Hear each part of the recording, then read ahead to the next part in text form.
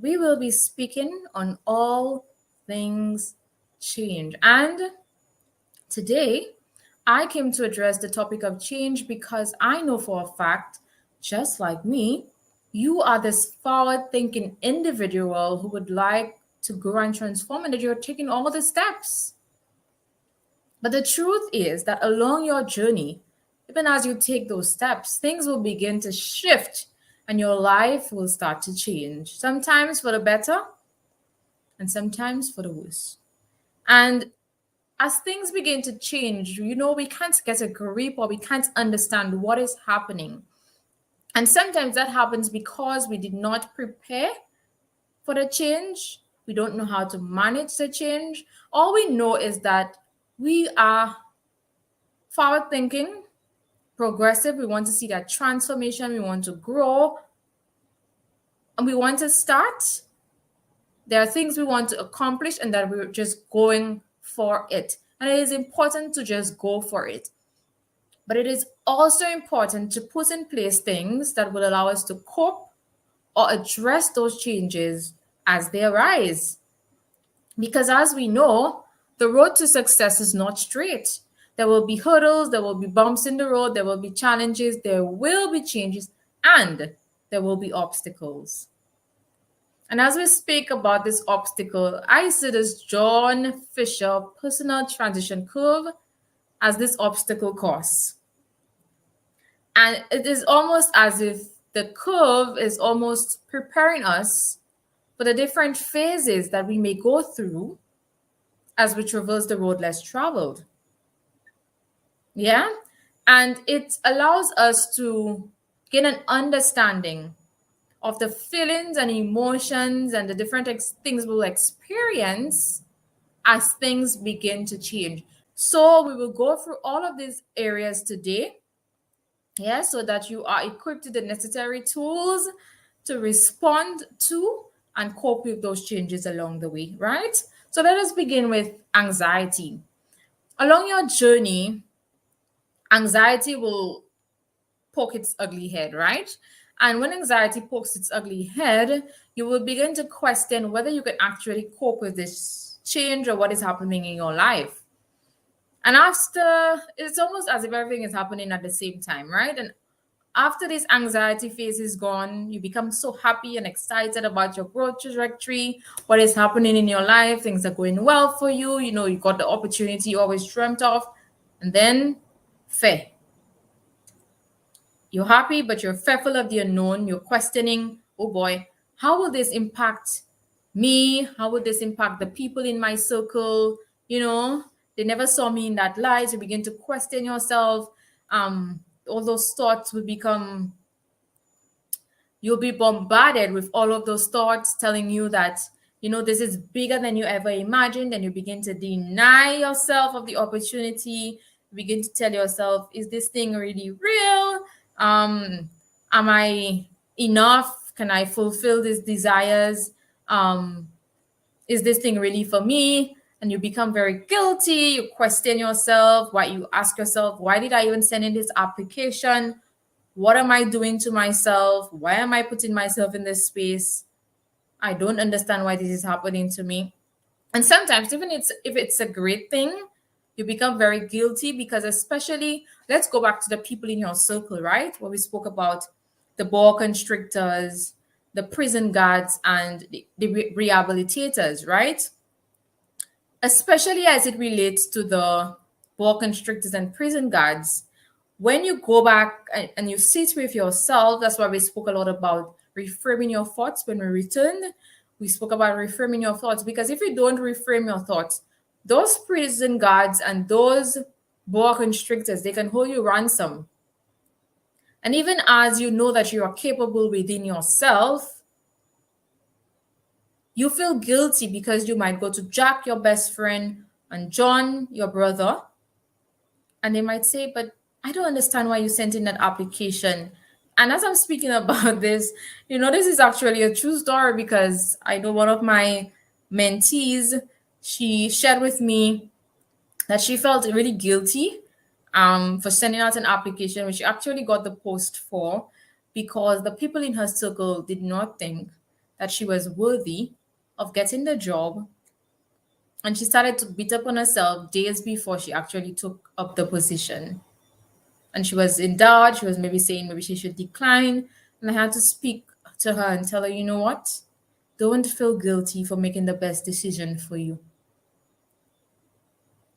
And even when you begin to feel guilty, you start to feel depressed and ask yourself, why me? This little girl from the small town, in the small community. Nobody in my community never sat in those types of spaces and places. Why is this happening to me? Will I be able to survive in this space? This is not me. And it's almost as if you're talking yourself out of the situation so that you can remain in that safe space where you do not have to be bold for change. So it's like a roller coaster ride. And then you talk some sense into yourself. And if you can't see or visualize the John Fisher transition curve, I ask you to Google it and look at the different patterns and the different experiences just in that little transition. And it happens to the best of us. And at the end, you talk to yourself and you say, you know what? I can actually do this. And there's a sense of gradual acceptance. And then you begin to move forward and tell yourself that it will work. And let me tell you, it is not easy. It is not as easy as I'm saying it here. It's a roller coaster ride. And this is why you need to be equipped with the right tools, the right resources to deal with those changes as they arise. And when I begin to feel anxious, what do I do? When fear pokes its ugly face, what do I do? When I feel guilty, who do I speak to? How do I approach the situation? And for me, what I've been able to do, for the past few years, I'm going to share with you, is that what I have done is, as opposed to allowing what is happening or the change to suck me in and pull me away from that goal, I focus on the new possibilities. I always go to the positive. I focus on the new positive that this change can bring about in my life and how this change can impact my future. So I might be anxious, I might be fearful, but I might also think, you know what? I'm going to challenge this challenge or challenge this change head on, and nothing can stop me. I understand that if I take those bold steps, that this thing will impact my future in ways unimaginable. Yeah?